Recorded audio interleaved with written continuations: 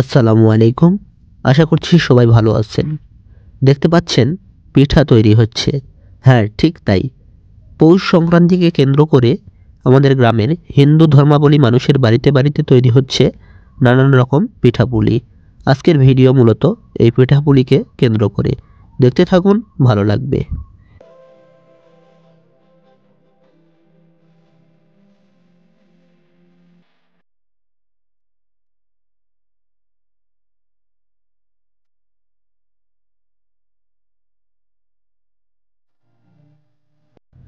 একটা সময় ছিল, এই পৌষ মাস ছিল পিঠে উৎসবের মাস।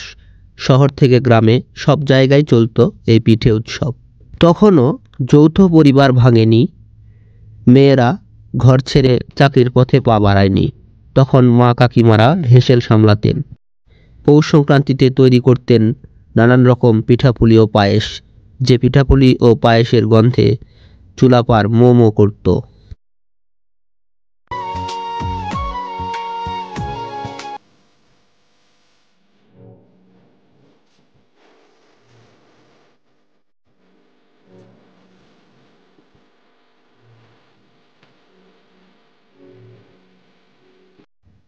কত ধরনের উপকরণ দিয়ে তখন তৈরি হতো নানান রকম পিঠা। পুলি পিঠের মধ্যে থাকতো মুগের পুলি, ভাজা পুলি, দুধ পুলি, চন্দ্র পুলি আর সিদ্ধ পুলি। অন্য ধরনের পিঠে বলতে পাটিসাপটা, পাটিজোড়া, গোকুল পিঠে, পোস্তর পিঠে, নারকেলের পিঠে, সরু চাকলি, গড়গড়া, পাতসিজা ইত্যাদি।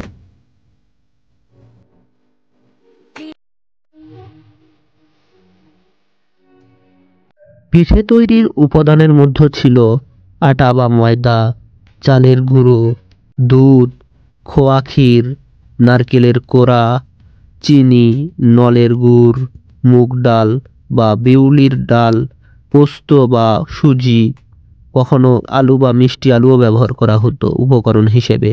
আর থাকতো পরিষ্কার সাদা কাপড়।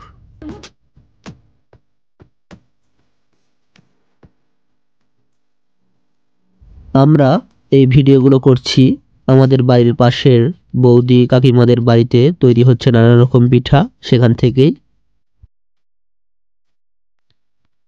শুধু বড়রা না, ছোটরাও যোগ দিয়েছে এই পিঠা বানানোর উৎসবে। এখনো গ্রাম অঞ্চলে এই সংস্কৃতি রয়ে গেছে, পৌষ সংক্রান্তিতে তৈরি করা হয় নানান রকম পিঠা।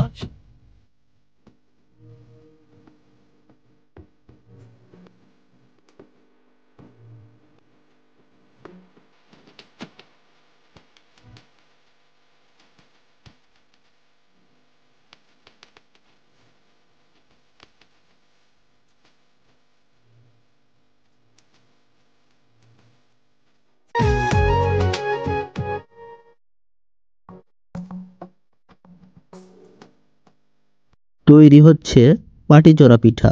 দেখুন কিভাবে তৈরি করা হয় পাটিজোড়া পিঠা।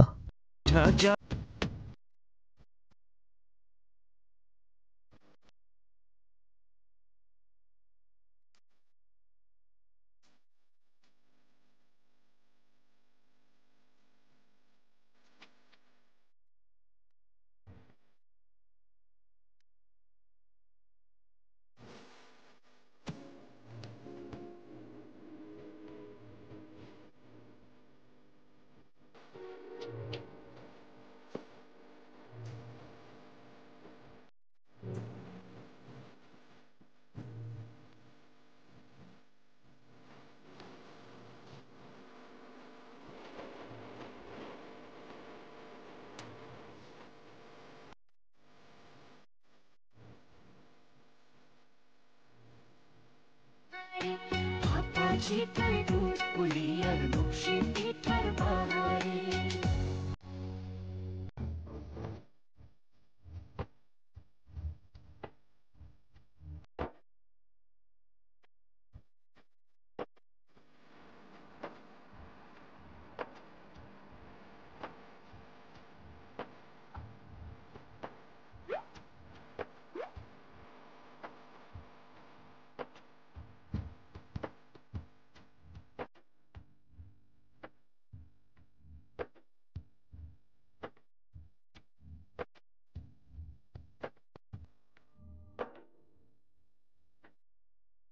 পৌষ মানে শীতের ঘনঘাটা, পৌষ মানে পিঠাপুলির উৎসব।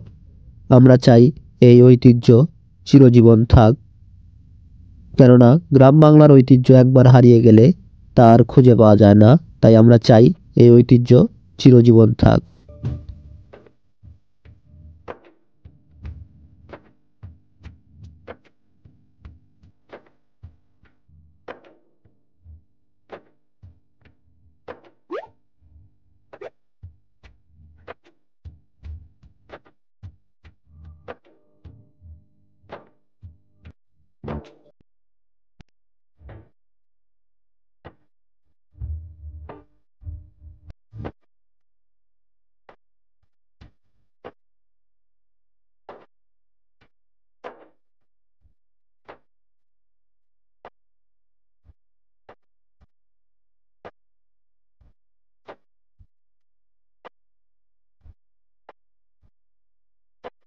এতক্ষণ তো শুধু পিঠা বানানো দেখেই গেলাম।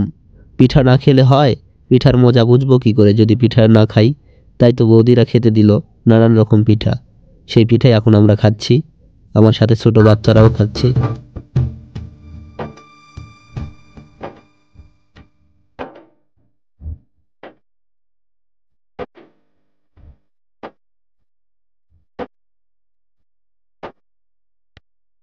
ধন্যবাদ সবাইকে। আশা করছি আমাদের আজকের এই ভিডিওটি ভালো লেগেছে আপনাদের। সবাই ভালো থাকবেন। আবারও দেখা হবে নতুন কোনো ভিডিওতে। আল্লাহ হাফেজ।